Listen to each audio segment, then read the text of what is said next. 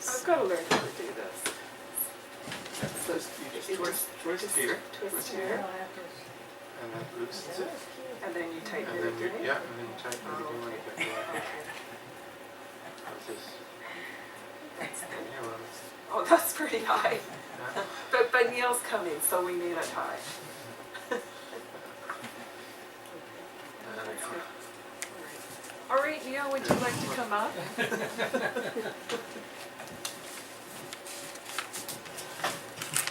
Get your tail or fish here.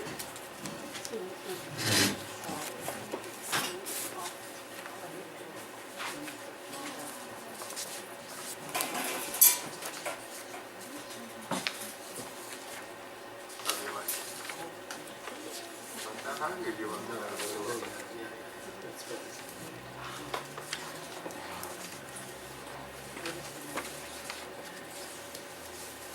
Well, there's so many poems that I could have because of so many things Candace and others have reminded me of.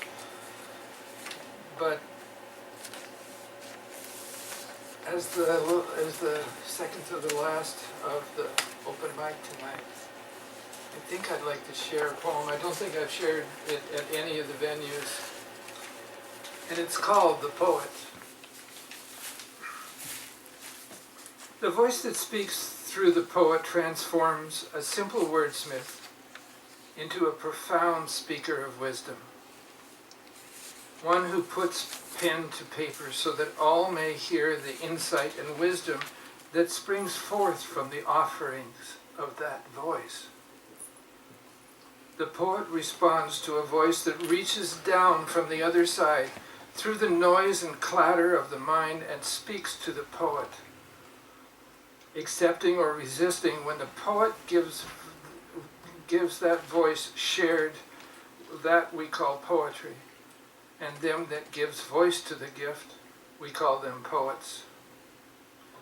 Words waft and weave in the air emanating from the poet, expressed with the intent to share a recognition of our common humanity.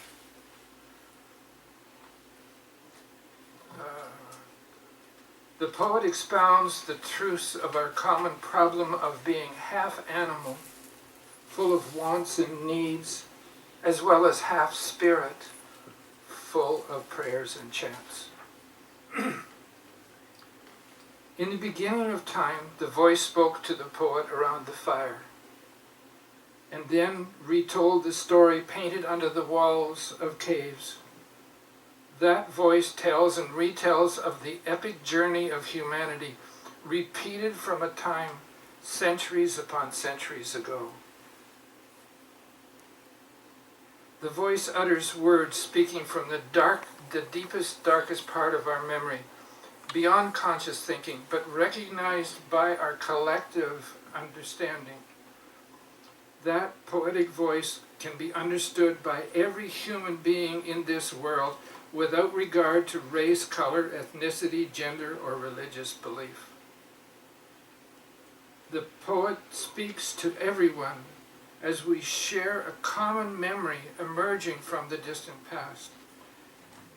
It is the same voice that spoke to the poets who wrote the Iliad, the Odyssey, the Epic of Gilgamesh, the Rhyme of the Ancient Mariner, and Ozymandias, King of Kings. It is this voice that spoke to our forebears, and we recognize a few of their names: Ovid, Homer, Rumi, Shelley, Keats, Poe, and untold others in every language and every time. Poets speak to us of our common ancestry from when we became aware that life is a series of experiences from both tragedy and joy. Through the range of all possible emotions, the poets share a million ways about the joys and tragedies we all recognize. In laughter, in tears, in passivity, and in bemused contemplation, poets share the story of what it is to be a human being. The story of life from caveman to spaceman, a tale of heartbreak and horror, of joy and ecstasy, a journey common to each and every one of us. That's what we share. That's great.